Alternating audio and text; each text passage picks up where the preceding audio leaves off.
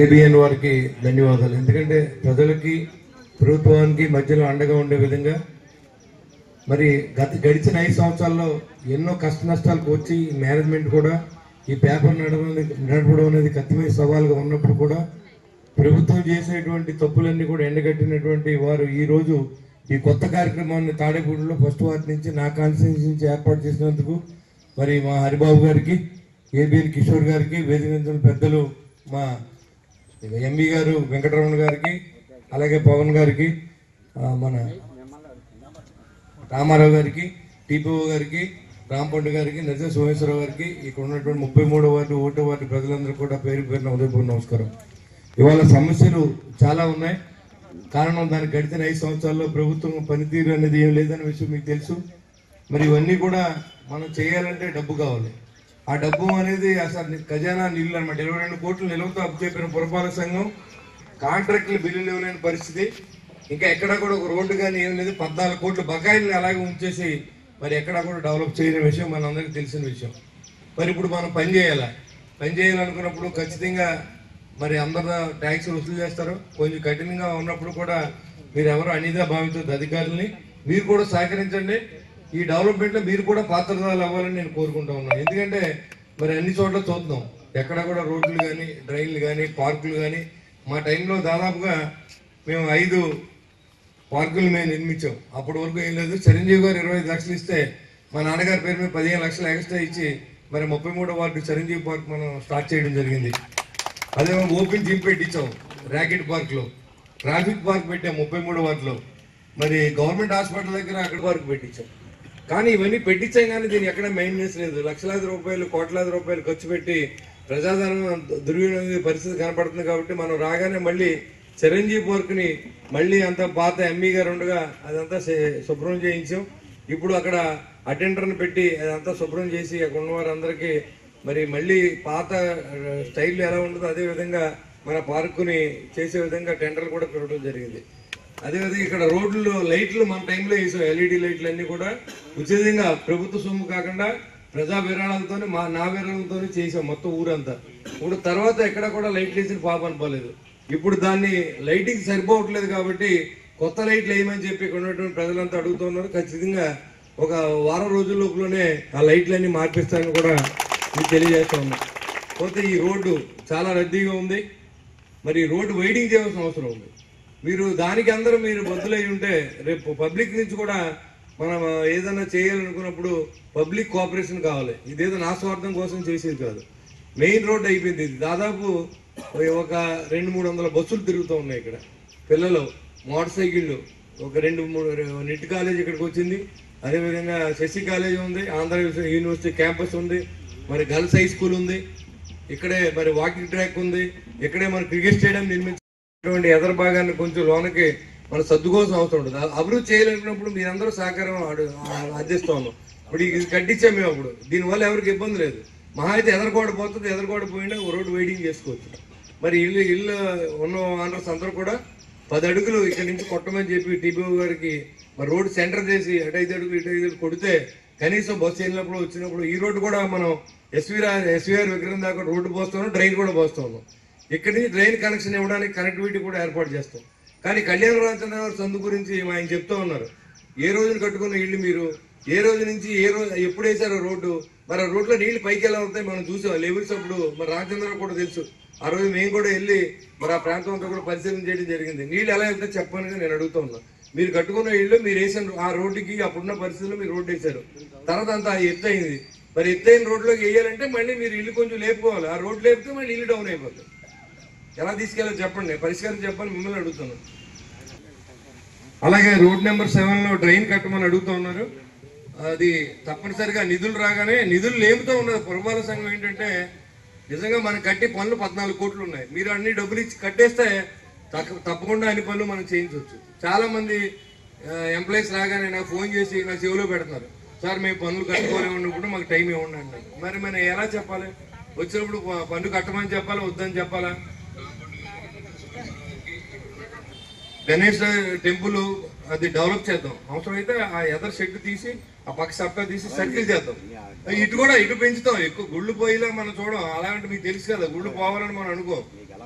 కాబట్టి అది దానికి ఏంటంటే రోడ్డు కట్టి ఇటు కూడా అందరూ సహకరించండి. ఇప్పుడే చెప్తున్నాం, అధికారులు వస్తారు, రేపు 10 అడుగులు లోన్ మార్కింగ్ చేయండి. ఈ రోడ్డు పెద్ద చేసే అవకాశాన్ని మీరే చెప్తున్నారు కాబట్టి తప్పకుండా మీరు అందరూ చెప్పినట్టు ఖచ్చితంగా చేద్దాం. రోడ్ నెంబర్ 9లో డ్రైన్, రోడ్డు 2 కావాలి, లైట్లు కూడా కావాలి. ఆ రోడ్డు అసలు లేదు.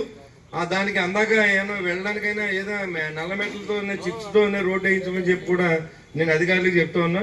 ఎందుకంటే దానికి కూడా డబ్బులు లేవు. అయినా సరే కాంట్రాక్ట్ లేదు, బతిమాలి మరి అవన్నీ చేయించాలనే ఉద్దేశంలో ఉన్నాం తప్ప ఏది అవ్వకూడదు అనుకుంటలేదు. ఇమీడియట్ గా ఇక్కడ నుంచి కొండలం గుడి దాకా రోడ్డు పెట్టించా. ఎందుకంటే అవుట్లెట్లు లేవు తాడేపూడానికి. ఊళ్ళోకి రావడానికి అప్పుడు బాబుజీ పుత్ర రోడ్డు మనం వేసిందే. ఈ రోజు వరకు దాని ప్యాచ్ వర్క్ కూడా చేయలేదు. ఇప్పుడు మళ్ళీ కొత్త రోడ్డు, ఇదో రోడ్డు, ఆల్టర్నేటివ్ రోడ్డు పెడుతున్నాం. అటు కూడా ట్రాఫిక్ ఆగిపోతా ఉంది. కాబట్టి ఇవన్నీ కూడా ప్రజలు అర్థం చేసుకోండి. పని జరుగుతుందో లేదో చూడండి. మీరు వచ్చిన తర్వాత చెప్పడానికి చాలా సమస్యలు ఉంటాయి. ప్రతి కుటుంబంలో సమస్య ఉంటుంది, ప్రతి మనిషికి సమస్య ఉంటుంది. కానీ సమస్యలు ప్రభుత్వమే తీర్చాలా, మనం కొంత సాయం చేయాలనేది కూడా మీరు ఆలోచించవలసిందిగా నేను కోరుతా ఉన్నా. స్ట్రీట్ లైట్లు వేయమని చెప్పారు కాబట్టి స్ట్రీట్ లైట్లు మరి ఇప్పుడు 40లు ఉన్నాయంట, అవి 90లుగా మార్చి ఇమీడియట్ గా మార్చమని చెప్పాం. డీఈ గారు 2-3 రోజుల్లో పని మొదలుపెట్టి ఒక 10-15 రోజుల్లో స్ట్రీట్ లైట్లు అన్ని కూడా వేయిస్తాం.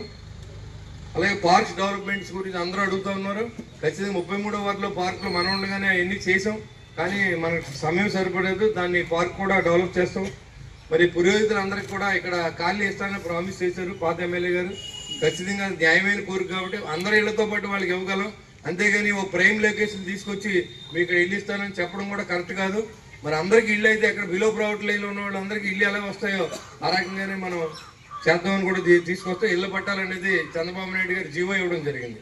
2 సెంట్లు ఇదివరకు మనకి 1 సెంట్లో ఇచ్చారు. ఇప్పుడు ఈ ప్రభుత్వం 2 సెంట్లో ఇల్లు ఇవ్వబోతా ఉంది. దానికి సంబంధించిన అసైన్మెంట్ ల్యాండ్స్ ఏమన్నా కూడా మనం సర్వే చేస్తూ ఉన్నాం. మీ దృష్టిలో ఏమంటే కూడా చెప్పవలసిందో కోరుతూ ఉన్నాం. ఇళ్ల పట్టాలు కూడా ఈ 5 సంవత్సరాల్లో ప్రజలు అందరికీ ఇల్లు లేని వాడికి ఇల్లు లేదనకుండా అప్పుడు చంద్రబాబు నాయుడు గారు 5,300 ఇళ్ళని ఇక్కడ కట్టించడం జరిగింది ఆ టైంలో. దాన్ని ఈ రోజు వరకు హ్యాండ్ ఓవర్ చేయలేదు. చాలా మంది పాపం నేను అసెంబ్లీలో కూడా మాట్లాడడం జరిగింది. డబ్బులు కట్టారు, ఇల్లు అప్పు చెప్పలేదు. బ్యాంకు నుంచి నోటీసులు వస్తూ ఉన్నాయి వాళ్ళకి. ఆ ఇల్లు లేదు, ఇల్లు అద్దె కట్టుకుంటున్నారు, దాని లోన్ కట్టవలసి వస్తుంది. కానీ ఇలాంటి సమస్యలన్నీ కూడా గత 5 సంవత్సరాలు పరిపాలన జరగలేదు అని చెప్పడానికి అది నిదర్శనం. టిట్కో ఇల్లు 5,300 ఇళ్ళు మనం అప్పుడు ఓపెన్ చేస్తే దానికి రంగులు వేయించుకోలేని అసమర్థుడైన ముఖ్యమంత్రి మరి జగన్మోహన్ రెడ్డి గారు గత 5 సంవత్సరాలు పరిపాలన చేసిన పాపం ఇప్పుడు మనందరం అనిపిస్తా ఉన్నాం. అది ముందు గుర్తు తెచ్చుకోవాల్సిన అవసరం ఉంది.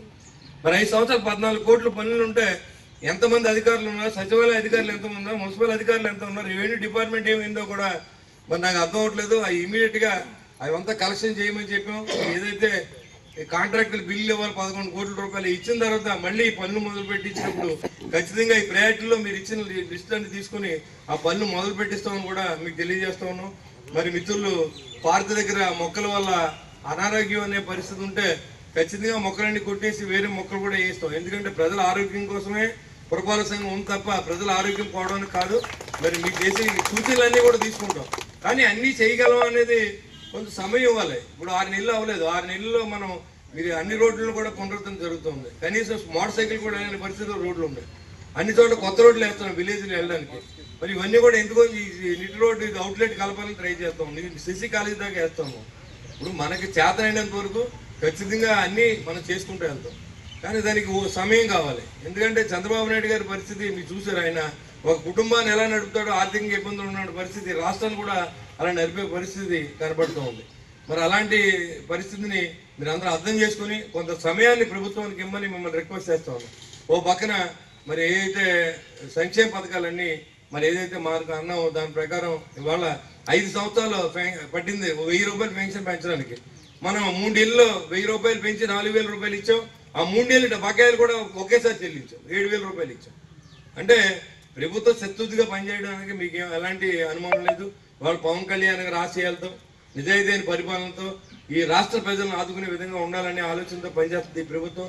ఈ ప్రభుత్వాన్ని ఆశీర్వదించండి, ఖచ్చితంగా మీకు మంచి చేసి వెళ్తాం. దీంట్లో అలాంటి అనుమానం లేదు. మీ అభివృద్ధి కాదు మన అభివృద్ధి ఇది. నేను మీలో ఒకనే కాబట్టి నాకు కష్టం సుఖం తెలుసు కాబట్టి ఖచ్చితంగా మీ అందరితో కలిసి ఈ పట్టణాన్ని అభివృద్ధి చేయడం కాన్స్టిట్యూన్సీని ముందు వరుస నిలబెట్టడానికి నా వంతు సహకారాన్ని మీ సహకారాన్ని కూడా తీసుకుంటానని చెప్పి తెలియజేసుకుంటూ ఈ అవకాశం ఇచ్చినటువంటి ఆంధ్రజ్యోతి వారికి మరొకసారి ధన్యవాదాలు తెలియజేస్తున్నాను. ఎందుకంటే ఇలా ప్రజల్లో తిరిగి సమాధానం చెప్పి ధైర్యం నాయకులకు ఉండాలి, నిలదీసి అడిగే ధైర్యం కూడా ప్రజలకు ఉండాలి. అది న్యాయమైన కోరికలను మనం ఖచ్చితంగా అడగవచ్చు, దీనిలో తప్పేం లేదు. ఎక్కడ ఇంటి కూడా వస్తారు, రోజు గ్రీవెన్స్ ఉంటుంది, ఇంటికాడ రోజు వస్తున్నారు జనం, రోజు పరిష్కారాలు చేసే పంపిస్తున్నాం. అదేవిధంగా మీరు ఎప్పుడైనా రావచ్చు, ఇలా మీటింగ్ పెట్టాను కాదు, మీకు ఎలక్షన్ ముందు చెప్పాను, ఇప్పుడు కూడా చెప్తాను. నేను ఊళ్ళో ఉన్న ప్రతిరోజు మధ్యాహ్నం 2 గంటల దాకా మీ యొక్క దరఖాస్తులు తీసుకున్నాం, పరిష్కారానికి అదే రోజు చేసే విధంగా కూడా నేను ప్రయత్నం చేస్తాను. మీరు అర్థం చేసుకుని దయించి డబ్బుతో కొన్ని పనులు ఉండవు, అందరికీ మాట సాయం కూడా కావాల్సి ఉంటుంది. అలాంటి పనులు కానీ మనం ఏదన్నా చిన్న చిన్న పనులు ఉంటే ఇమీడియట్ గా చేసే దిశగా మనందరూ కలిసి పనిచేద్దామని చెప్పి ఈ కార్యక్రమం ఏర్పాటు చేసిన మరొకసారి ఏబిఎన్ మరి రాధాకృష్ణ గారికి, మరి హరిబాబు గారికి, కిషోర్ గారికి, మరి మన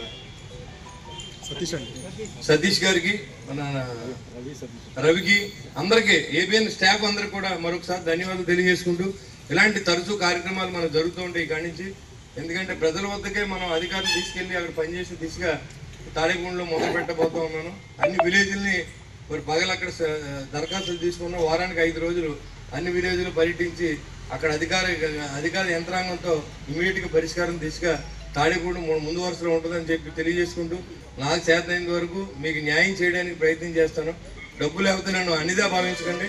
డబ్బు రాబట్టి ఏదో రకంగా మీరు నా మీద నమ్మి ఓట్లు వేశారు కాబట్టి ఖచ్చితంగా మీ యొక్క ప్రతి పని చేసే విధంగా నేను ఉంటానని చెప్పి, ఎలక్షన్ ముందు ఎలా ఉన్నాం, ఎలక్షన్ తర్వాత కూడా అలా ఉంటాం, అలాంటి ఇబ్బంది లేదని చెప్పి మీకు తెలియజేసుకుంటూ సెలవు తీసుకుంటాం. జై హింద్. రోడ్లు హెవీకి వెళ్తే మన ట్రాఫిక్ కూడా అటు ఇటు వెళ్లకుండా స్ట్రైట్ వెళ్ళిపోతుంది.